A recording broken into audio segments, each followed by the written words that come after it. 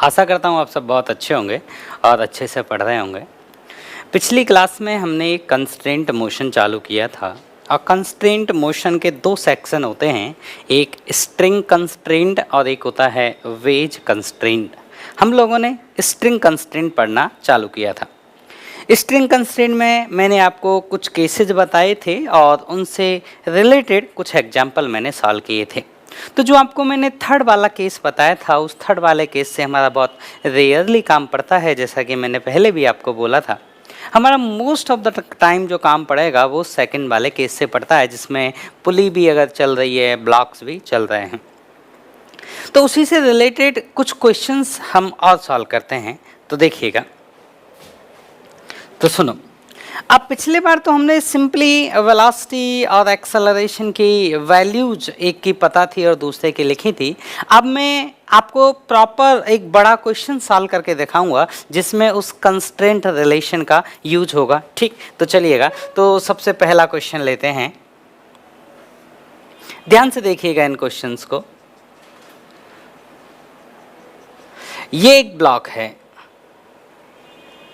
और ये रस्सी है, ये पुली है, ये रस्सी है और ये पुली है और ये रस्सी है और यहाँ पर ये ब्लॉक है। मान लेते हैं इन दोनों ब्लॉक का ही मास m है। आप घर पे इसका m और इसका 2m मान के सॉल्व करिएगा। घर पे आप इसका m लें और इसका 2m लें। मैं यहाँ पे आपको m और m लेके सॉल्व करके दिखा रहा हूँ। तो आपको ये पता करना है कि बताइए इन दोनों ब्लॉक का जो एक्सेलरेशन है वो एक्सेलरेशन क्या होगा। तो देखो बच्चों, कैसे सॉल्व करेंगे। हम मान लेंगे कि इसका एक्सेलरेशन जो है वो a के बराबर है और इसका जो एक्सेलरेशन है वो b के बराबर है। ऐसा एक्सेलरेशन मानने में किसी भी बच्चे को ये तकलीफ नहीं होना चाहिए, क्योंकि अगर ये ब्लॉक नीचे जाएगा तो ये ब्लॉक आगे जाएगा। इतना होपफुली आपको समझेगा और भी मैं कोशिश करता हूँ, क्योंकि जब ये पुली नीचे जाएगी तो ये रस्सी बढ़ेगी और अगर ये रस्सी बढ़ेगी तो इस रस्सी को घटना होगा, जिसके कारण ये ब्लॉक किधर जाएगा, आगे की डायरेक्शन में शिफ्ट होगा। अब आपको न्यूटन सेकंड लॉ याद करना चाहिए। न्यूटन सेकंड लॉ ये कहता है कि किसी भी ऑब्जेक्ट पे जो लगने वाले फोर्सेज हैं, उन फोर्सेज का अगर हम टोटल करें तो जो हमारा नेट फोर्स होगा वो नेट फोर्स का वैल्यू किसके बराबर होगा, उस ऑब्जेक्ट का मास इंटू उस ऑब्जेक्ट का एक्सेलरेशन। तो हम ऐसा मान लेते हैं कि इस रस्सी में टेंशन का वैल्यू t है तो यहाँ लगेगा t। इस पूरी रस्सी में टेंशन का वैल्यू t है, यहाँ लगेगा t। ये ध्यान से देखना बच्चों, और यहाँ लगेगा t।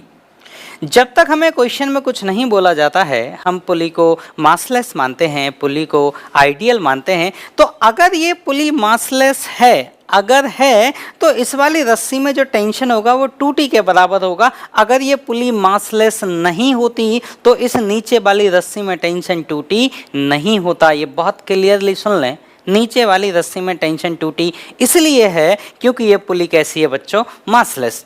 क्योंकि इस पुली पे जो नेट फोर्स है वो कैसा होना चाहिए, 0। तो इस पुली पे यहाँ से ऐसे टेंशन फोर्स लग रहा होगा इस पुली के ऊपर, और ये टेंशन फोर्स अगर 2t नहीं हुआ तो इस पुली पे नेट फोर्स 0 नहीं होगा। और ऐसा नहीं हो सकता कि जिसका मास 0 है। आप याद करिए, एफ नेट वेक्टर की जो वैल्यू होती है वो m इंटू ए वैक्टर के बराबर होती है। इफ m 0, चाहे एक्सेलरेशन हो या ना हो, अगर m 0 हो गया तो f नेट वेक्टर क्या हो जाएगा बच्चों, 0। ठीक, तो वही मैं कह रहा हूं कि इस पुली का मास 0 है। अब इस चाहे पुली का एक्सेलरेशन हो या ना हो, ये मैटर नहीं करता।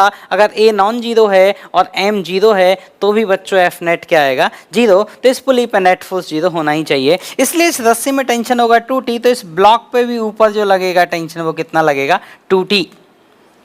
और इस ब्लॉक पे बच्चों नीचे क्या लगेगा, mg।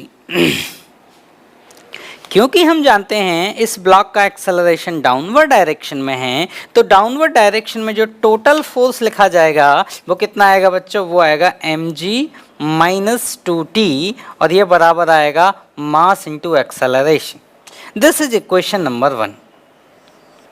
अब इस दूसरे वाले ब्लॉक पे आप न्यूटन सेकंड लॉ अप्लाई करें। दूसरे वाले ब्लॉक का एक्सेलरेशन है राइट साइड में, और हम जानते हैं कि जिस डायरेक्शन में एक्सेलरेशन होता है, जितने भी लगने वाले फोर्सेज हैं उनका टोटल भी उसी डायरेक्शन में होता है। तो नेट फोर्स कौन से डायरेक्शन में होगा? राइट साइड में, क्योंकि एक्सेलरेशन हमने किधर माना है? राइट साइड में। और हॉरिजॉन्टल डायरेक्शन में इस ब्लॉक पर लगने वाला एक ही फोर्स है, वो है टेंशन mg, और नॉर्मल जो वर्टिकल है तो हम लिखेंगे कि T बराबर होगा आपका m इंटू ए के। ये हो गया हमारा इक्वेशन नंबर 2। अब सवाल उठता है, हमारे पास अननोन तो 3 हैं, ए बी एंड टी, तो हमें 3 अननोन कैलकुलेट करने के लिए 3 इक्वेशंस की ज़रूरत होती है, लेकिन अभी तक मेरे पास सिर्फ 2 इक्वेशन बनी हैं, तो एक थर्ड इक्वेशन की ज़रूरत है। ये 2 इक्वेशन बना के मैंने क्या लिखा है, ये जो मैंने मैथमेटिकल इक्वेशंस लिखी हैं, मतलब मैंने मैथमेटिक्स को ये बता दिया कि ये वाला ब्लॉक न्यूटन्स लॉ की बात को मानता है और ये वाला ब्लॉक भी न्यूटन्स लॉ की बात को मानता है। ये इक्वेशन लिखना मैथमेटिक्स को यही बताना है कि ये न्यूटन्स लॉ को फॉलो करेगा और ये न्यूटन्स लॉ को फॉलो करेगा। अब सवाल उठता है कि मैंने अभी इनको ये नहीं बताया, मैथमेटिक्स को अभी मैंने ये नहीं बताया कि ये जो ब्लॉक हैं ये रस्सी से बंधे हुए हैं। क्यों? क्योंकि इनके बीच में रस्सी तो है। ऐसा नहीं है कि ये दोनों अपनी एक ऑर्बिट एक्सेलरेशन की वैल्यू रख सकते हैं, नहीं, ये एक ऑर्बिट एक्सेलरेशन की वैल्यू नहीं रख सकते, क्योंकि ये रस्सी से बंधे हुए हैं। इनके एक्सेलरेशन में, इनकी वेलोसिटी में एक रिलेशन अवश्य होगा। ठीक, तो क्या होगा? तो देखिए, तो देखो बच्चों, अगर ये ए एक्सेलरेशन से ऊपर आ रहा है और ये पुली हमारी रेस्ट में है, इसलिए मैं ये कह सकता हूं कि रस्सी का ये वाला पॉइंट कितने एक्सेलरेशन से नीचे जाएगा बच्चों? ए से। और रस्सी का ये वाला पॉइंट कितने एक्सेलरेशन से जाएगा? 0, क्योंकि वो तो छत से फिक्स है, छत टूट के थोड़ी नीचे आएगी, वो तो फिक्स है, तो उसका एक्सेलरेशन 0, इसका एक्सेलरेशन a। और दिस प्लस दिस बाई 2 हम करेंगे तो हमें पुली का एक्सेलरेशन मिलेगा, और पुली का एक्सेलरेशन वही होगा जो इस ब्लॉक का होगा, क्योंकि ब्लॉक और पुली के बीच का जो ये दूरी है ये कैसा रहेगा? कांस्टेंट। तो अगर ब्लॉक नीचे जाएगा तो ये पुली भी नीचे जाएगी। ब्लॉक का एक्सेलरेशन डाउनवर्ड अगर b है तो पुली का एक्सेलरेशन भी डाउनवर्ड क्या होगा? b होगा।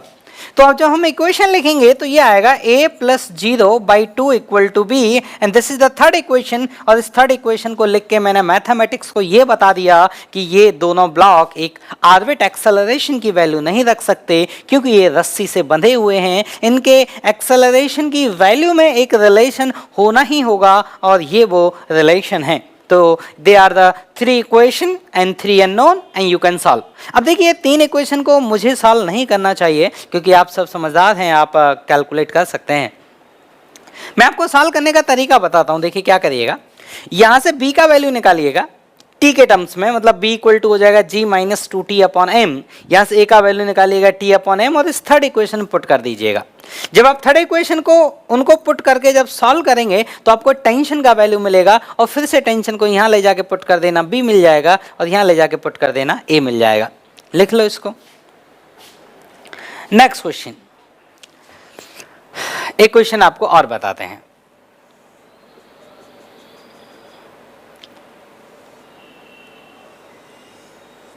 अब यही सवाल को आप घर पे फिर से सॉल्व करिएगा। आप इस मास को m ले लीजिएगा, और इस मास को क्या लेना है बच्चों? 2m। मैं बोल रहा हूँ ये सॉल्व जरूर करना। जब भी आप ऑफलाइन आएंगे मैं सारे सवाल चेक करूंगा आपके, और नहीं हुए तो पूरी क्लास में खड़ा रखूंगा।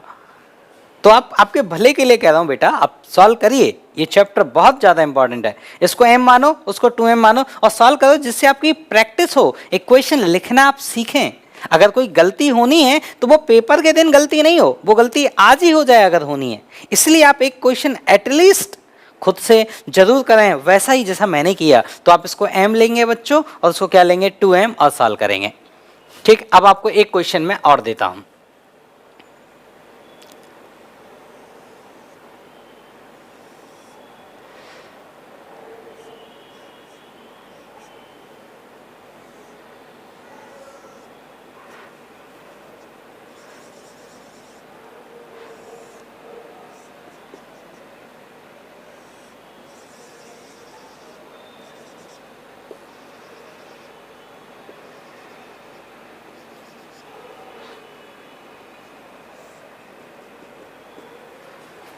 सेम क्वेश्चन है, आप इसको खुद से सॉल्व करेंगे घर पे कि इनके एक्सेलरेशन की वैल्यूज क्या होंगे, आप उनको सॉल्व करेंगे।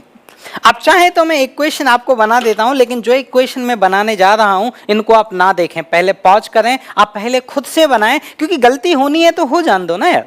फिर चेक तो कर लेंगे कि क्या गलती हो रही है। तो वीडियो पॉज करो अभी के अभी और क्वेश्चन की इक्वेशन खुद से लिखो और फिर से वीडियो चला के देखो कि मैंने जो इक्वेशन लिखी है वो आपकी इक्वेशन से मैच करती है या नहीं करती, और अगर नहीं करती तो कहाँ गलती हुई, क्योंकि गलती हम आज ही कर लेंगे, पेपर के दिन वो गलती नहीं करनी है। ठीक, अब देखिए मैं समझाता हूँ।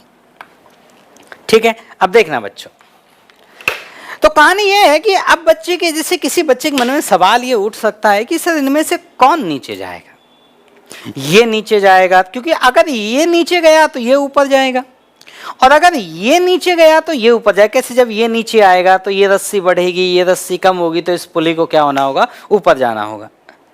अब मान लीजिए बच्चे के मन में डाउट आता है कि सर कौन सा ऊपर जाएगा, तो देखिए उस डाउट के मैं आंसर करता हूं। पहला आंसर है आपके जो मन में आए वो मान लें। पहला आंसर है कि आपका जो मन करे वो मान ले। क्यों?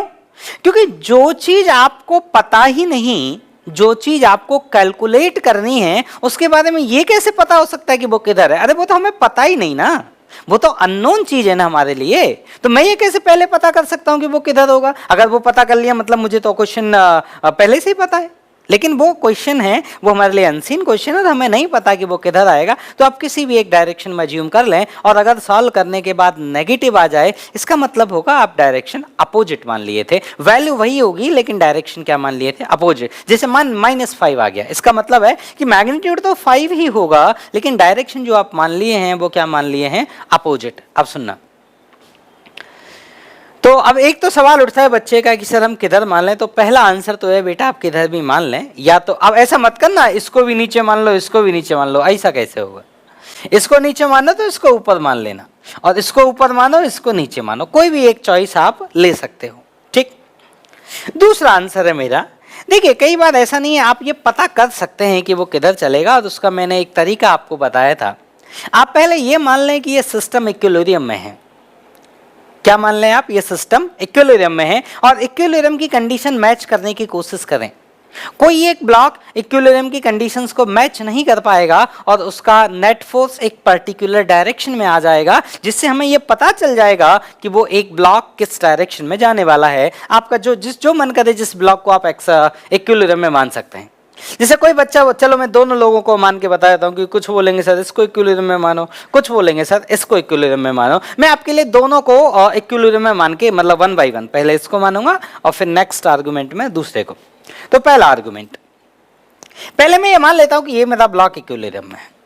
अगर मेरा ये ब्लॉक इक्विलिब्रियम में है तो नीचे लगेगा mg और ऊपर लगेगा टेंशन T, मतलब इस रस्सी में जो टेंशन आएगा वो mg के बराबर आएगा। यहाँ टेंशन तो इसमें टेंशन हो जाएगा 2T, इसमें टेंशन हो जाएगा 2T, मतलब कितना हो गया बच्चों? 2mg। तो इस ब्लॉक पे ऊपर क्या लगेगा? 2mg, और नीचे क्या लगेगा? mg। हम जानते हैं ऊपर वाला 2mg नीचे वाले mg से ज्यादा है, तो इसका एक्सेलरेशन किधर आएगा? अपवर्ड।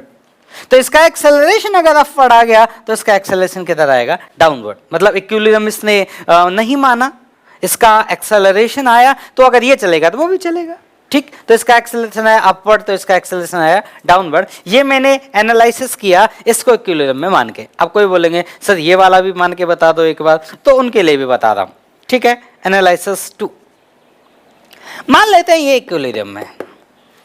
अगर ये इक्विलिब्रियम में है तो इस रस्सी में जो टेंशन होगा वो किसके बराबर होगा? mg के बराबर होगा। तो इसमें अगर टेंशन T हुआ तो यहां से लगेगा T/2 और यहां से लगेगा T/2, क्योंकि पुली पे नेट फोर्स क्या होना चाहिए बच्चों? 0। ऊपर लग रहा है T, तो यहां से क्या लगना चाहिए? T/2, और यहां से क्या लगना चाहिए? T/2।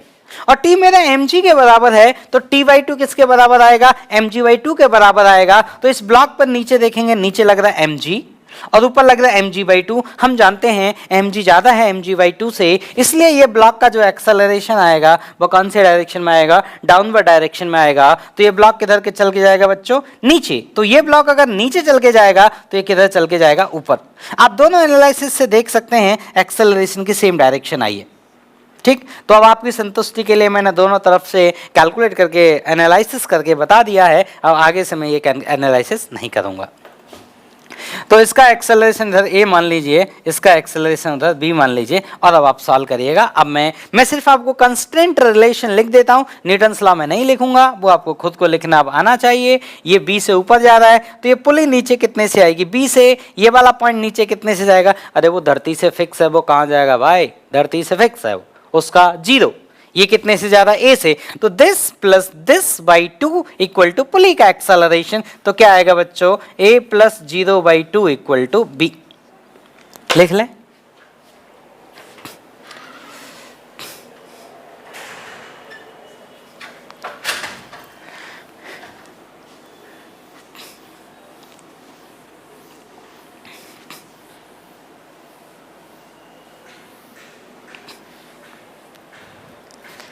आगे चलते हैं। ठीक, अब देखिए, अब देखो ये क्वेश्चंस आपके सबके रजिस्टर में सॉल्व मिलने चाहिए मुझको, और नहीं मिले तो ध्यान रख लेना बेटा। फिर ये है हमारी पुली। अच्छा मुझे बताइए, अच्छा पहले मैं डायग्राम बनाता हूँ।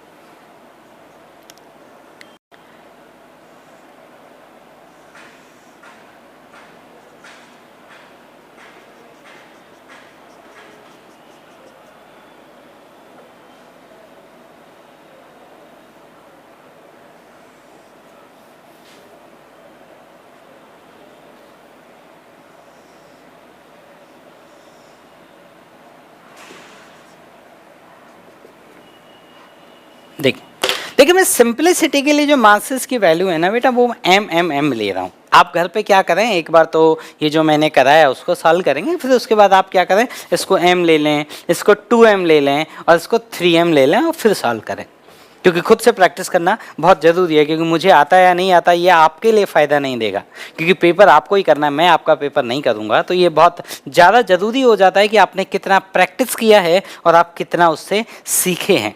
तो आप प्रैक्टिस जरूर करें। ठीक, तो ये क्वेश्चन है और मैं आपको सॉल्व करके दिखाता हूं।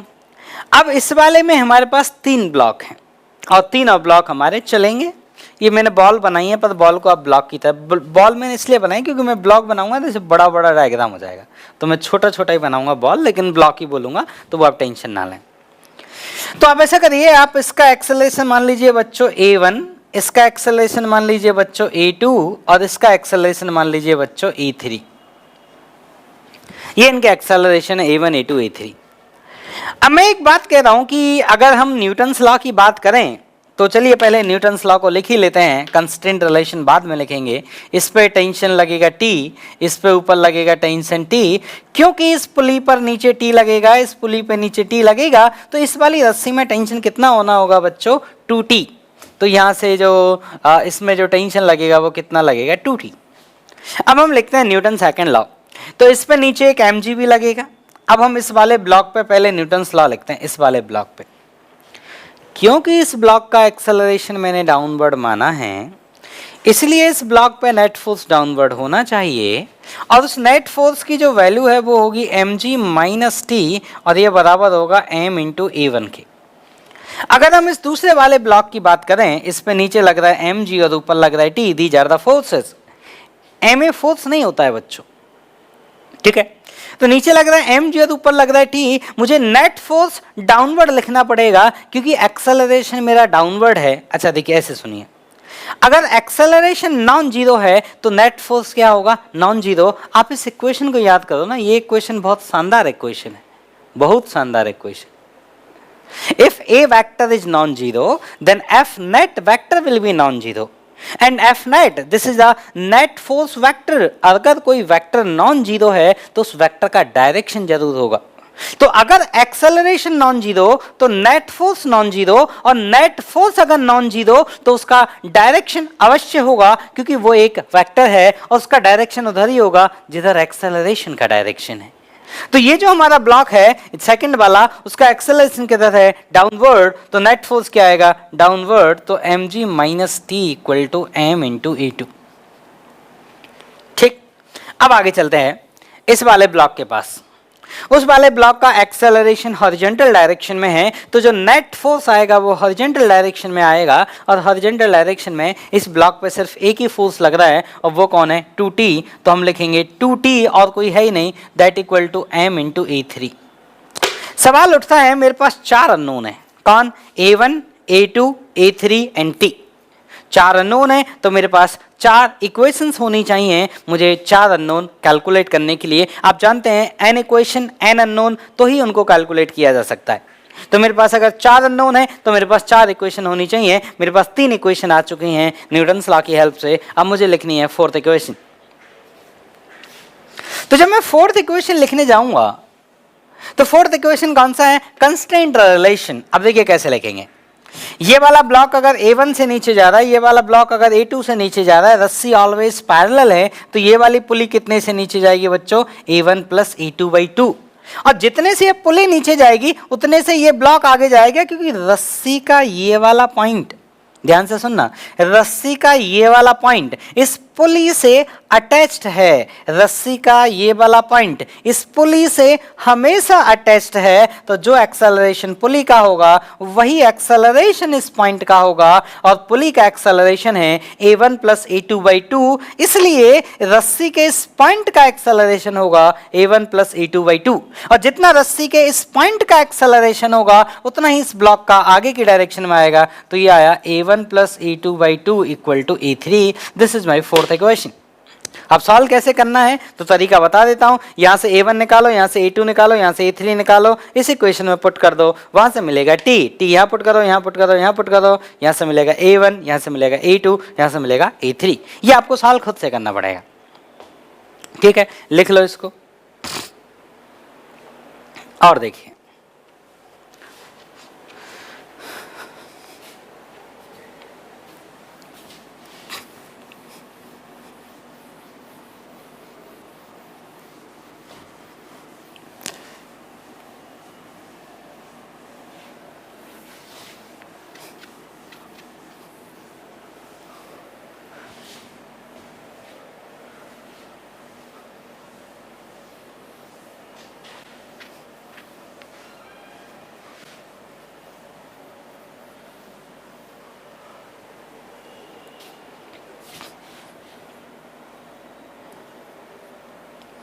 आओ सुनो बच्चों, और आपको देखो सवाल बताते हैं।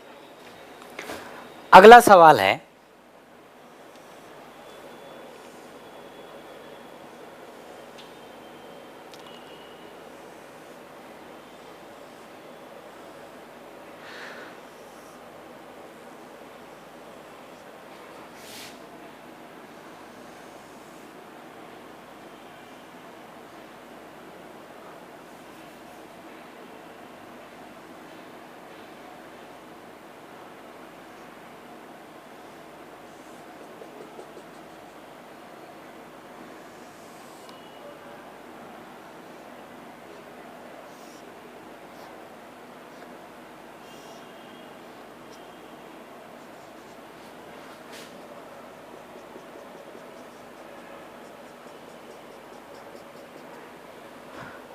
फॉर द सिंप्लिसिटी मास को मैंने mm माना है और आपको इस मास को m और 2m मान के घर पे सॉल्व करना है। ठीक है, तो मैं mm मान के सॉल्व करूँगा। आप पहले m वाले को एक बार अपने हाथ से करेंगे और फिर उसके बाद m और 2m वाले को अपने हाथ से करेंगे। ठीक है बच्चों, अब देखिए मैं सॉल्व करता हूँ। तो क्वेश्चन वही है कि find out the acceleration of each block. अब देखिए कैसे किया जाए। तो कहानी ये है बच्चों की, पहला ऐसा करते हैं, इन दोनों ब्लॉक की हम एक्सेलरेशन मान लेते हैं। लेट्स से इसका एक्सेलरेशन a के बराबर है और इसका एक्सेलरेशन b के बराबर है। अब पहले हम ऐसा करते हैं, इसका फ्री बॉडी डायग्राम बना लेते हैं। तो हम रस्सी में टेंशन मान लेते हैं, इस पे लगेगा T, यहाँ लगेगा T और यहाँ लगेगा T। क्योंकि ये पुली मासलेस है इसलिए इस वाली रस्सी में टेंशन हो जाएगा 2T, तो इस ब्लॉक पे क्या लगेगा 2T। होपफुली ये 2T अब आपको समझ आने लगा होगा। अगर नहीं भी आता होगा तो चलिए मैं एक बार और डायग्राम बना देता हूँ। मैं इस पुली का फ्री बॉडी डायग्राम बना रहा हूँ, इस वाली पुली का, इस पुली का फ्री बॉडी डायग्राम बना रहा हूँ, इस पुली का। देखो यहाँ से लग रहा है बच्चों T, इस वाली रस्सी का टेंशन, इस वाली रस्सी का, और यहाँ से लग रहा है T। अब मुझे बताओ, ये पुली अगर मासलेस है तो इस पे नीचे कितना लगना चाहिए? नीचे इस पे लगना चाहिए 2T, क्योंकि तभी नेट फोर्स 0 आएगा। इसका मतलब ये हुआ कि जो ये छोटी सी रस्सी यहाँ पर है, इस रस्सी में टेंशन का वैल्यू क्या होगा बच्चों? 2T। और अगर इस रस्सी में टेंशन का वैल्यू 2T है तो इस वाले ब्लॉक पे ऊपर कितना लगेगा बच्चों? 2T। और इस रस्सी में टेंशन T है तो इस ब्लॉक पे आगे क्या लगेगा? T। अब लिखा जाए न्यूटन सेकंड लॉ। अब एक बात बताइए, क्या इस ब्लॉक पर नेट फोर्स 0 होगा? नहीं होगा। क्यों नहीं होगा? क्योंकि एक्सेलरेशन आपने नॉन जीरो माना हुआ है ए, और आपको पता है कि ये नीचे जाएगा वो आगे आएगा, तो because acceleration is non zero, net force must be non zero. और नेट फोर्स एक वेक्टर क्वांटिटी है, क्योंकि फोर्स एक वेक्टर क्वांटिटी है, और फोर्स का टोटल करेंगे तो एक वेक्टर क्वांटिटी आएगी। और अगर कोई वेक्टर क्वांटिटी है उसकी डायरेक्शन अवश्य होगी, तो किसी पार्टिकल पे लगने वाले सभी फोर्सेस का टोटल जो नेट फोर्स कहलाता है उसकी डायरेक्शन किधर होती है? न्यूटन सेकंड लॉ के अकॉर्डिंग एक्सेलरेशन के अलोंग होती है। इसीलिए इस वाले ब्लॉक पे नेट फोर्स की डायरेक्शन किधर होगी? डाउनवर्ड होगी, क्योंकि इसका एक्सेलरेशन किधर है? डाउनवर्ड है, और न्यूटन सेकंड लॉ के according net force non zero है, और उसका डायरेक्शन कौन से डायरेक्शन में है? डाउनवर्ड डायरेक्शन में, जिधर एक्सेलरेशन है। ठीक है, तो डाउनवर्ड डायरेक्शन में नेट फोर्स आएगा कितना बच्चों? वो आ जाएगा mg minus 3t। This is the net force in the downward direction, this is the net force in the downward direction. और इस नेट फोर्स का वैल्यू किसके बराबर आएगा बच्चों? इसका मास इंटू इसका एक्सेलरेशन। अब बात करते हैं इस वाले ब्लॉक की। इस वाले ब्लॉक पे टेंशन फोर्स लग रहा है T, और वो कौन से डायरेक्शन लग रहा है? राइट साइड में लग रहा है, और कोई फोर्स है ही नहीं, तो there is only one force. तो नेट फोर्स में वही एक अकेला फोर्स आएगा, क्योंकि मैं हॉरिजॉन्टल फोर्सेज की बात कर रहा हूं। नॉर्मल mg लग तो रहे हैं पर दे आर वर्टिकल, लेकिन मुझे वर्टिकल में कोई इक्वेशन नहीं लिखनी। वर्टिकल में इसका कोई एक्सेलरेशन नहीं है, इसका एक्सेलरेशन है हॉरिजॉन्टल डायरेक्शन में, तो T equal to m into v, equation number 2। अब लिखा जाए इनका एक्सेलरेशन। तो देखो बच्चों, अगर ये ब्लॉक आगे भी एक्सेलरेशन से चल के जा रहा है, ये पुली अगर रेस्ट में है, तो ये वाला पॉइंट कितने से आगे बढ़ेगा? ये इस रस्सी का पॉइंट है, ये नीचे की डायरेक्शन में जाएगा कितने से बच्चों? b से। ये इस रस्सी का पॉइंट है, ये डाउनवर्ड डायरेक्शन में जाएगा कितने से? b से। अगर हम इस वाले रस्सी के पॉइंट की बात करें, ये है मेरा जो रस्सी का पॉइंट जो इस ब्लॉक से अटैच्ड है, हमेशा इस ब्लॉक से अटैच्ड है, ऐसा नहीं है कि थोड़ी देर के लिए, हमेशा इस ब्लॉक से अटैच्ड है। तो इस वाले पॉइंट का एक्सेलरेशन होगा a। तो रस्सी का जो ये वाला पॉइंट है इसका एक्सेलरेशन कितना होगा बच्चों? a। क्यों? क्योंकि ये पॉइंट ब्लॉक से अटैच्ड है। तो रस्सी का ये पॉइंट अगर ए से जाएगा तो ये रस्सी के सभी पॉइंट ए से जाएंगे। तो मुझे बताइए ये वाला पॉइंट कितने से जाएगा? ये ए से जाएगा ऊपर।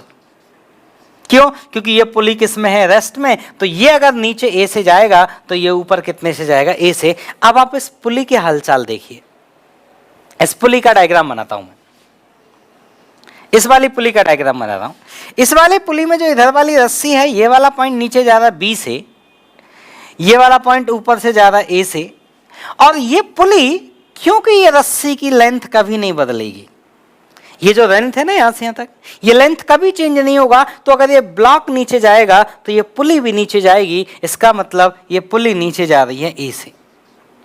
अब याद करो, मैंने आपको एक लाइन कही थी कि अगर कोई डायरेक्शन का वेलोसिटी या एक्सेलरेशन उल्टा हो जाए, मतलब जिस डायरेक्शन में सब लोग हैं वो उधर ना हो, तो मैंने आपको बोला था उसे उल्टा करके माइनस में बना लेना। मतलब ये अगर अपवर्ड में a है तो इसको डाउनवर्ड क्या बोल सकता हूं बच्चों? Minus a। तो मैं क्या लिखूंगा? b plus minus a by 2 equal to a।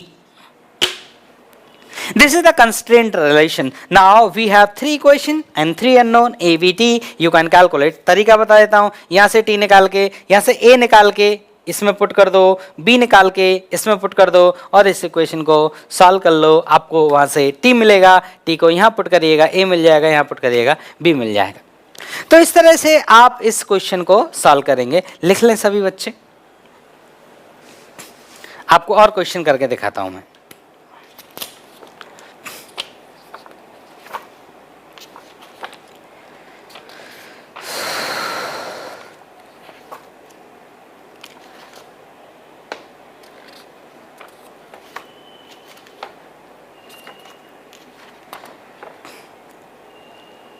हाँ, आपको और क्वेश्चन करके दिखाता हूं, देखिएगा।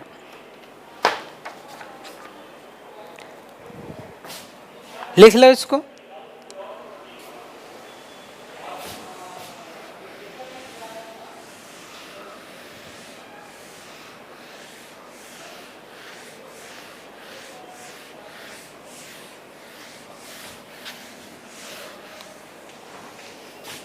देखो बच्चों, अगला ये है आपका हॉरिजॉन्टल सरफेस और यहां रखा है इस पर एक ब्लॉक।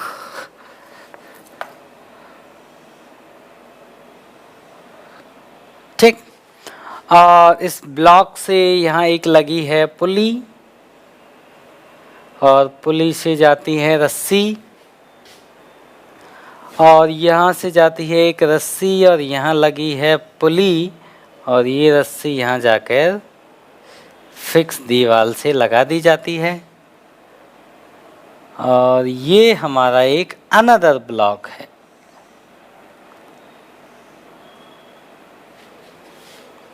और ये है हमारा diagram. Masses for the simplicity में एम मान लेता हूँ। आपको घर पे क्या करना है, m 2m या 2m 3m जो मानना है मान के सॉल्व करना है, लेकिन मास बदल के एक बार सॉल्व जरूर करना है। ठीक, अब सिस्टम पे मान लीजिए यहां से एक फोर्स लगाया जा रहा है F, कोई आदमी इसको पकड़ के खींच रहा है। कोई आदमी क्या कर रहा है बच्चों, इस ब्लॉक को पकड़ के खींच रहा है। तो हमें यह बताना है कि इन दोनों ब्लॉक के एक्सेलरेशन क्या होंगे, ये कैलकुलेट करना है। ठीक, अब मैं आपको कैलकुलेट करके दिखाता हूं, देखिएगा ध्यान से। कहानी यह है कि ये अपने एक अलग एक्सेलरेशन से चलेगा A और ये अपने एक अलग एक्सेलरेशन से चलेगा B। कोई बच्चा ये कह सकता है कि आपको क्या पता इनका एक्सेलरेशन अलग होगा, सेम नहीं होगा। तो मैं ये कहता हूं बच्चा कि अगर मैंने इनका एक्सेलरेशन सेम मान लिया तो मैंने एक अप्रॉक्सीमेशन ले लिया, वो मेरा जनरल केस नहीं है। जनरल केस तो यही होगा कि मैं इन दोनों का अलग अलग मानूं और ये एक्सेलरेशन अगर बराबर हुए तो सॉल्व करने के बाद इनकी वैल्यू बराबर आ जाएंगी। लेकिन मैं इनको जबरदस्ती इक्वल नहीं मान सकता। जबरदस्ती इक्वल मानना एक जनरल केस नहीं होगा, वो एक स्पेशल केस होगा। और हमें कोशिश करना चाहिए कि जितना हम जनरलाइज वे में उसे सॉल्व करें उतना ज्यादा अच्छी बात है। ठीक है, तो क्योंकि हमें ये नहीं पता कि ये बराबर हैं, क्योंकि हमें ये नहीं पता अनइक्वल हैं, ऐसे केस में अनइक्वल मानना ज्यादा अच्छी बात है, क्योंकि अगर वो बराबर रहे होंगे तो उनकी वैल्यूज बराबर आ जाएंगी। इसलिए मैंने एक को ए माना और एक को बी माना। अब बात करते हैं न्यूटन सेकंड लॉ की। पहले न्यूटन सेकंड लॉ लिख लेते हैं। तो ऐसा करते हैं, जो ये रस्सी है, इस रस्सी में बच्चों टेंशन मान लेता हूं मैं टी, तो यहां से रस्सी पे टी लगेगा, यहां से टी लगेगा, तो इस पुली पे इधर 2t लग रहा है, इसलिए इस वाली रस्सी में टेंशन 2t हो जाएगा। इसलिए इस ब्लॉक पे यहां से लगेगा 2t और इस ब्लॉक पे यहां से लगेगा t, यहां पे t, यहां पे t, इसलिए इस रस्सी में हो जाएगा 2t। इस वाले ब्लॉक पे न्यूटन सेकंड लॉ लिखा जाए। हॉरिजॉन्टल डायरेक्शन में इस पर नेट फोर्स जीरो नहीं हो सकता क्योंकि इसका एक्सेलरेशन नॉन जीरो है। तो 2t नेट फोर्स का वैल्यू बराबर हो जाएगा मास इनटू एक्सेलरेशन। उस वाले की बात की जाए, क्योंकि उसका एक्सेलरेशन नॉन जीरो है इसलिए नेट फोर्स नॉन जीरो होगा। नेट फोर्स एक वेक्टर क्वांटिटी है और अगर एक वेक्टर नॉन जीरो है तो उसकी डायरेक्शन अवश्य होगी, उसकी डायरेक्शन उधर होगी जिधर उसका एक्सेलरेशन है और एक्सेलरेशन राइट डायरेक्शन में है, इसलिए नेट फोर्स राइट डायरेक्शन में लिखा जाएगा F - 3t = ma। अब सवाल उठता है कि अननोन है तीन, कौन कौन बच्चों, A, B एंड T। तो हमको तीन इक्वेशन चाहिए सॉल्व करने के लिए। ठीक, तो अगर हमको तीन इक्वेशन चाहिए सॉल्व करने के लिए तो हमारे पास दो इक्वेशन तो आ चुकी हैं। थर्ड इक्वेशन कौन आएगा बच्चों, कंस्ट्रेंट रिलेशन।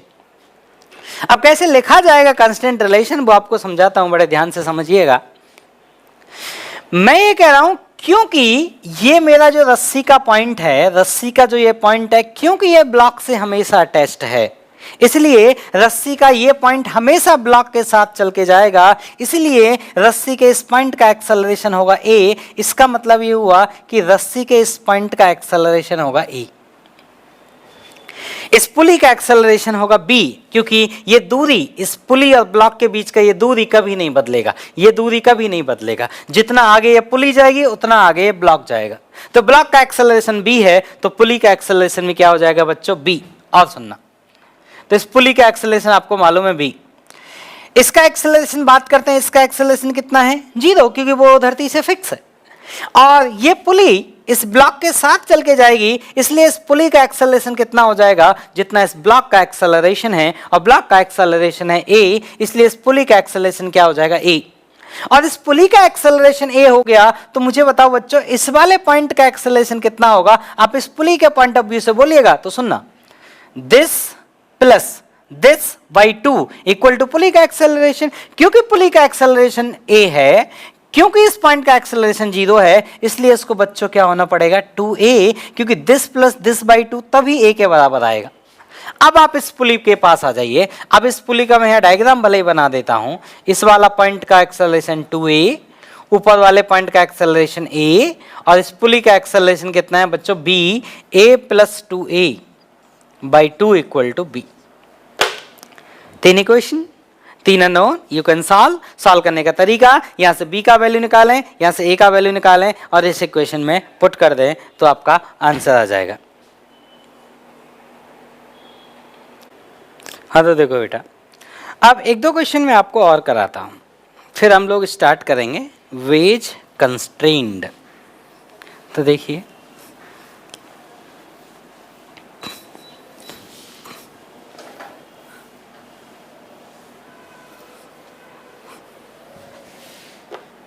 तो देखो भाई, क्वेश्चन बड़े अच्छे से समझें पहले, ठीक है ना। देखो फिजिक्स में कई बार क्या होता है कि हम लोग क्वेश्चन को ही नहीं समझ पाते और ये कह रहे होते हैं कि हमें फिजिक्स नहीं आता। ऐसा कभी नहीं है, ऐसा हो ही नहीं सकता कि किसी को फिजिक्स नहीं आए। दिक्कत क्या होती है, उसको क्वेश्चन की लैंग्वेज नहीं समझ आ रही होती, ठीक है ना। तो पहले आप उस लैंग्वेज को अच्छे से पढ़ना सीखें, और अगर आपको क्वेश्चन की लैंग्वेज नहीं समझ आ रही हो तो किसी से पूछें कि भाई इस क्वेश्चन में ये पूछना क्या चाहता है, जरा हमें एक बार समझा दीजिए, और फिर उसे ट्राई करें, ठीक है। होपफुली लैंग्वेज अगर आप समझ गए तो सवाल हो जाएगा। तो देखिएगा बच्चों, तो कहानी ये है कि ये एक पुली है और इस पुली से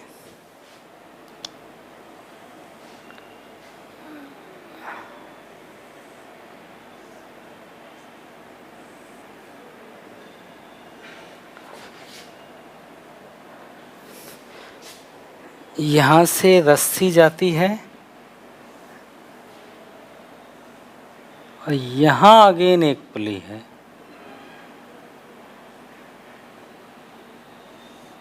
और यहां एक मास है स्मॉल एम। देखिए मैं स्मॉल एम मानता हूं हमेशा, आप कुछ और मान सकते हैं।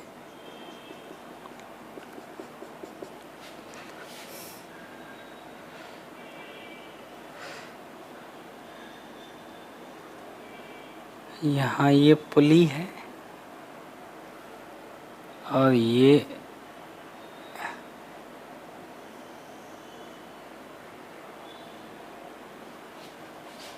अब कहानी क्या है ना, देखो मैं क्वेश्चन समझा देता हूँ। ये एक रस्सी है जो यहाँ से चालू होती है, इस पुली से होते हुए रस्सी ऐसे जाती है और ऐसे जाकर इस ब्लॉक से लगी हुई है। अब यहाँ क्या है, ये जो हमारा सरफेस है हॉरिजॉन्टल सरफेस, इस हॉरिजॉन्टल सरफेस पे एक ब्लॉक रखा गया है और यहाँ पे ये अलग से एक रॉड या अलग से एक रस्सी लगाई गई है। तो ये ब्लू कलर का जो मैंने बनाया है ना, ये अलग से एक रॉड या रस्सी आप इसे मान सकते हैं, या तो रॉड मान लें या रस्सी मान लें, दोनों ही एप्लीकेबल हैं। ये एक अलग से अलग से एक चीज लगाई गई है and this is a block. इस ब्लॉक को भी आप एम मान सकते हैं। और इसमें सेम क्वेश्चन मैं आपसे लेट से पूछना चाहता हूं कि find out the acceleration of each block. तो पहले मैं इनके आपको कंस्ट्रेंट रिलेशन का इक्वेशन लिख देता हूं और फिर मैं आपको न्यूटन्स लॉ का इक्वेशन लिखूंगा, ठीक है। आपको सीट में क्वेश्चन मिलेगा ऐसा देखने को, जिसमें क्या होगा, एक का वेलोसिटी दिया है, दूसरे का वेलोसिटी पूछा है। तो जो कंस्टेंट रिलेशन में यहाँ एक्सेलरेशन के लिए लिखूंगा, वही कंस्टेंट रिलेशन आपको वेलोसिटी के लिए भी लिखना है एज इट इज। तो ऐसा करते हैं, मैं इसका एक्सेलरेशन मान लेता हूं डाउनवर्ड a और इसका एक्सेलरेशन डाउनवर्ड मान लेते हैं b। अब जरा ये जो रस्सी है, ये ब्लैक कलर की जो रस्सी है, इस रस्सी में टेंशन मान लेता हूं बच्चों में t, तो इस पे ऊपर लगेगा t और नीचे लगेगा इस पे mg। क्योंकि उसका एक्सेलरेशन नॉन जीरो है, इसलिए उस पर नेट फोर्स नॉन जीरो होगा। और नेट फोर्स एक वेक्टर क्वांटिटी है, उसकी एक अपनी डायरेक्शन होगी, तो उसकी डायरेक्शन किधर होगी, जिधर एक्सेलरेशन की डायरेक्शन है। तो एक्सेलरेशन किधर है, डाउनवर्ड, तो नेट फोर्स लिखा जाएगा downward mg minus T is me। दूसरा, इस पुली पे यहां से लगेगा T, इस पुली पे यहां से लगेगा T,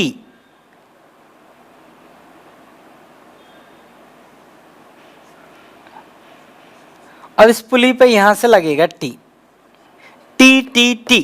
तो ये पुली मासलेस है, तो मुझे बताइए इस ब्लू कलर की रस्सी में टेंशन कितना होना चाहिए, 3T, क्योंकि तभी इस पुली पे नेट फोर्स क्या आएगा बच्चों, जीरो। तो इसलिए इस पे आगे टेंशन कितना होना चाहिए, 3T। तो एक इक्वेशन आया हमारे पास 3T equal to m into b. अभी तक मेरे पास सिर्फ 2 इक्वेशन आई हैं और मुझे टोटल इक्वेशन चाहिए 3, क्योंकि मेरे पास 3 अननोन हैं। कौन कौन, ए बी एंड टी। तो 3 अननोन है, मुझे 3 इक्वेशन चाहिए, 2 इक्वेशन मिल चुकी हैं, तो एक इक्वेशन बची है, और जो इक्वेशन है वो कौन सी है बच्चा, कंस्ट्रेंड रिलेशन। अब मैं आपको कंस्ट्रेंट रिलेशन देख के बताता हूं, देखना। ये डायग्राम थोड़ा गंदा हो गया, पर कोई बात नहीं, मैं रेड कलर यूज कर लेता हूं, ध्यान से देखना मेरी बात को। क्योंकि ये वाला ब्लॉक ए एक्सेलरेशन से नीचे जा रहा है, इसलिए रस्सी का ये वाला पॉइंट ए एक्सेलरेशन से नीचे जाएगा। अब इसमें बच्चा कई बार गलती क्या करता है कि ये अगर ए से जाएगा तो बच्चा रस्सी जो ये यहां से यहां तक ये रस्सी है, बच्चा इस पॉइंट को इधर ए मान लेता है। इस वाले पॉइंट का एक्सेलरेशन, यहाँ पे एक पॉइंट मार्क कर ले और उसका एक्सेलरेशन इधर ए मान लेता है, जो गलती करता है। क्यों, अगर ये पुली रुकी रहती, अगर ये पुली कैसी होती बच्चों, स्टेशनरी होती, तो आपकी बात सही थी कि ये वाला पॉइंट ए से जाएगा तो ये वाला पॉइंट इधर ए से जाएगा। वो बात तब तक ट्रू थी जब तक ये पुली रुकी रहती, लेकिन ये पुली स्टेशनरी नहीं है, इसलिए जितना इस पॉइंट का एक्सेलरेशन ए इधर है, उतना इस पॉइंट का एक्सेलरेशन ए इधर होगा। ये कहना गलत होगा। आगे बढ़ते हैं, तो फिर कैसे बात को आगे बढ़ाया जाए, तो देखिए मैं बढ़ा के दिखाता हूं। ये पुली और ये ब्लॉक दोनों के बीच में जो ये रस्सी है, ये रस्सी, इसकी लेंथ कभी चेंज नहीं होगी, ये रस्सी का लेंथ कांस्टेंट रहेगा। इसका मतलब जितना एक्सेलरेशन इस ब्लॉक का होगा, उतना ही एक्सेलरेशन इस पुली का होगा। तो ब्लॉक का एक्सेलरेशन है b, तो इस पुली का एक्सेलरेशन में क्या होगा बच्चों, b। तो ये पुली b एक्सेलरेशन से आगे बढ़ेगी। तो ये पुली अगर b एक्सेलरेशन से आगे बढ़ेगी, तो मुझे बताइए रस्सी का ये वाला पॉइंट कितने एक्सेलरेशन से आगे बढ़ेगा, जितने से पुली आगे बढ़ेगी, कितना, b। तो ये मेरी पुली स्टेशनरी है, इसलिए इस पॉइंट का एक्सेलरेशन इधर कितना हो जाएगा बच्चों, b। ठीक है, कैसे कंक्लूड किया फिर से बताता हूं। इस पॉइंट का एक्सेलरेशन कितना होगा, b, और ये रस्सी का एंड पॉइंट इधर b से जाएगा। क्योंकि ये पुली स्टेशनरी है, इसलिए पॉइंट कितने से आएगा, b से। अब आप इस पुली पे कांस्टेंट रिलेशन लिख दें, ये इधर जा रहा है a से, ये इधर b से जा रहा है, तो राइट में कितना हो जाएगा, माइनस b। तो this plus this by two equal to pulley का एक्सेलरेशन, तो ये आएगा a plus minus b by two equal to pulley का acceleration. There are 3 equation, 3 unknown, you can solve। And ये रिलेशन इसकी वेलोसिटीज के लिए भी एप्लीकेबल है। मान लो va मान लो, इसको vv मान लो, तो va minus vv by two equal to vv। ठीक है, तो वेलोसिटी के लिए भी यही वाला टर्म एप्लीकेशन, यही वाली इक्वेशन एप्लीकेबल होगी, इसको आप लिख लें। ठीक, एक क्वेश्चन आपको मैं और कराता हूं। अब आप क्या करिएगा घर पे, सेम कहानी, एक को 2m मान लेना, एक को m मान लेना, और फिर से सॉल्व करना, जिससे आपकी प्रैक्टिस हो जाएगी क्वेश्चन लिखने की। और कंस्टेंट रिलेशन जितने भी मैंने लिखे हैं, इनको एक बार आप अपने हाथ से जरूर लिखें, जरूर लिखें, नहीं ये दुख देंगे आगे चल के। इसलिए एक बार कंस्टेंट रिलेशन वैसे ही लिखें जैसे मैंने लिखना सिखाया, और जितने भी मैंने लिखे हैं उतने कंस्टेंट रिलेशन अपने हाथ से सभी बच्चे जरूर लिखेंगे। ठीक है, एक क्वेश्चन मैं आप लोगों को और कराता हूं, फिर हम लोग चलेंगे वेज कंस्ट्रेंट की तरफ। ठीक है, तो एक क्वेश्चन और लेते हैं।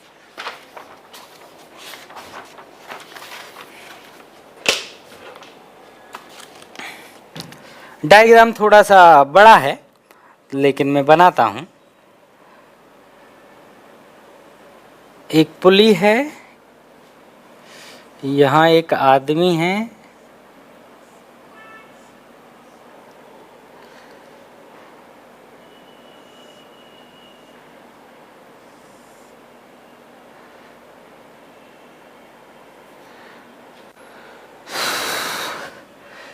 ये यहाँ से रस्सी जाती है, ये यहाँ पर पुली है, ये यहाँ रस्सी जाती है, ये रस्सी फिक्स है, ये रस्सी यहाँ आती है, ओके, ये यहाँ पुली है, ये रस्सी यहाँ जाती है, यहाँ एक पुली है और पुली इस सरफेस से लगी गई है और इस तरह से यहाँ एक फिर से पुली है,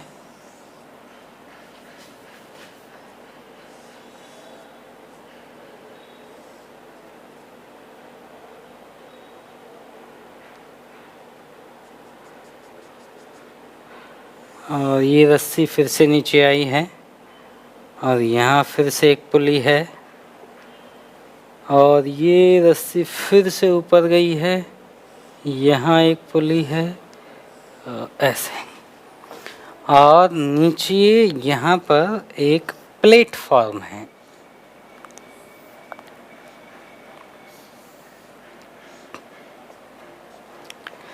तो कहानी ये है बच्चों, इस डायग्राम में जितनी भी पुली रस्सी दिखाई गई हैं सब कुछ आइडियल है, कहीं कोई दिक्कत नहीं है। अब ये आदमी इस रस्सी को दोनों साइड से पकड़ के खींचता है। आदमी ये दो रस्सी ऐसे, दोनों रस्सियों को ऐसे पकड़ के खींचता है आदमी अपने हाथ से, दोनों साइड की रस्सियों को ऐसे, और दोनों साइड की रस्सियों को आदमी यू स्पीड से खींचता है। मतलब जो इधर वाली रस्सी है इसको भी आदमी यू स्पीड से पकड़ के खींचता है और इधर वाली जो रस्सी है इसको भी आदमी यू स्पीड से पकड़ के खींचता है। तो आपको बताना है इस प्लेटफॉर्म का जो वेलोसिटी आएगा v वो कितना आएगा, ये मेरा क्वेश्चन है। तो लिख लो कि इस प्लेटफॉर्म का जो वेलोसिटी है v वो कितना आएगा और ट्राई करो एक बार। तब तक मैं इधर जगह खाली करता हूँ।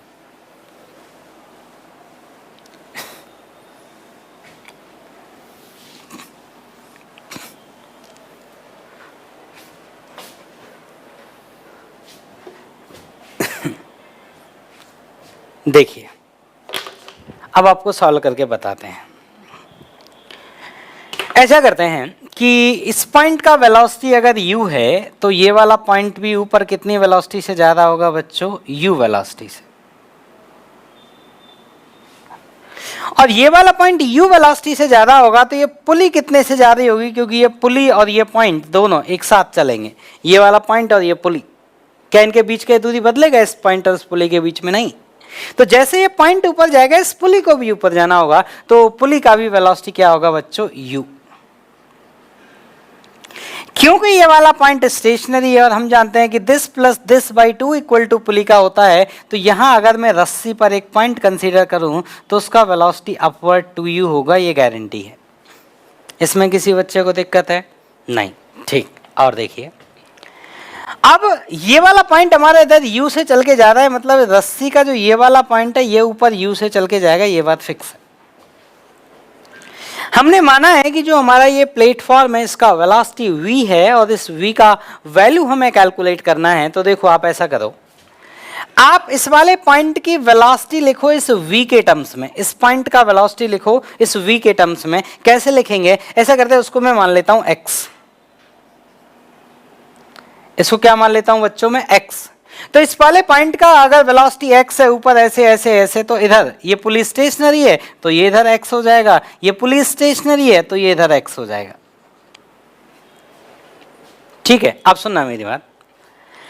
अब इस यहां पे एक रिलेशन लिखो, इस पुली का वेलोसिटी वही होगा जो इस प्लेटफॉर्म का वेलोसिटी होगा, तो ये लिखा जाएगा x plus u/2 equal to v, equation number 1। और आप इस वाली पुली के लिए इक्वेशन लिखिए, इस पुली का भी वेलोसिटी वही होगा जो इस प्लेटफॉर्म का वेलोसिटी होगा, तो इस पुली का वेलोसिटी होगा अपवर्ड कितना बच्चों, v। तो वो x डाउनवर्ड है तो उसको अपवर्ड क्या बोल सकते हैं, -x। तो मैं लिखूंगा 2u plus -x/2 equal to v। आप यहां से x का वैल्यू निकालिए और यहां से x का वैल्यू निकालिए, दोनों को इक्वेट करिए। तो मैं यहां से x का वैल्यू निकालता हूं ऊपर वाली इक्वेशन से, वो कितना आएगा बच्चों, वो आएगा 2v minus u equal to x। और यहां की बात करें तो x का वैल्यू कितना आएगा बच्चों, ये आएगा 2u minus 2v equal to x। दोनों x को इक्वेट कर दीजिए, 2v माइनस u बराबर है 2u माइनस 2v के। 2v को इधर ले जाइए, u को इधर ले जाइए, तो 4v बराबर हुआ 3u के। तो v किसके बराबर आया बच्चों? 3u/4। लिख लो इसको। तो ये इस प्लेटफॉर्म का वेलोसिटी होगा अपवर्ड डायरेक्शन में। अगर ये नेगेटिव आ जाता, इसका मतलब होता है कि प्लेटफॉर्म अपवर्ड नहीं, किधर जा रहा है? डाउनवर्ड। लेकिन कब? अगर वो नेगेटिव आ जाता तो। लेकिन वो पॉजिटिव आया, इसका मतलब हमने डायरेक्शन सही माना है। ठीक है, अब आप इसे लिख लें। अब चलते हैं नेक्स्ट चीज की तरफ। देखिए, कंस्टेंट रिलेशन का कभी कोई अंत नहीं है। इतने इसके सवाल आपको देखने को मिल सकते हैं जिसकी कोई लिमिट नहीं है। ठीक है ना? और अच्छे अच्छे सवाल, बहुत अच्छे अच्छे सवाल, बहुत ज़्यादा टफ क्वेश्चन मैंने नहीं लिए हैं आपके लिए, लेकिन ऐसे टफ क्वेश्चंस भी इसके होते हैं। तो आप जब मिलेंगे ऑफलाइन क्लास में, तब मैं आपको वो टफ क्वेश्चन के दर्शन कराऊंगा, क्योंकि तब मैं आपको और अच्छे से उनको समझा पाऊंगा। ठीक है, तो अभी आप इतना सीख लें तब तक के लिए।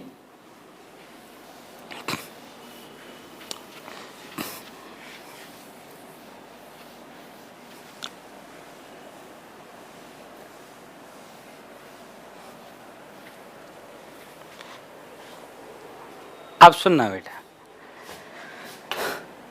तो अभी तक जो हमने देखा वो है स्ट्रिंग कंस्ट्रेंट। अभी जो हम देखने जा रहे हैं उसको बोलते हैं हम लोग वेज कंस्ट्रेंट। तो आगे हेडिंग डाल रहा हूं मैं, veg constraint.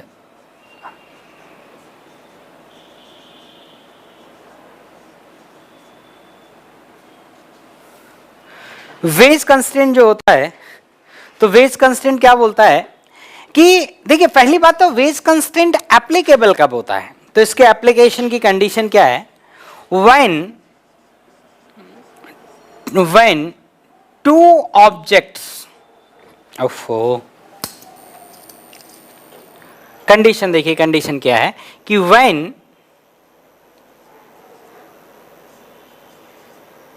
when two objects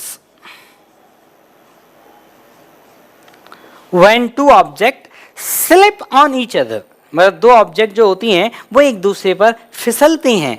when two objects slip या फिर slide, when two objects slide on each other, slide किसी को पसंद नहीं है, वो slip लिख सकता है। slide on each other being in contact, मतलब वो कॉन्टैक्ट में रहते हुए एक दूसरे पर स्लाइड करती हैं। Being in contact, being in contact.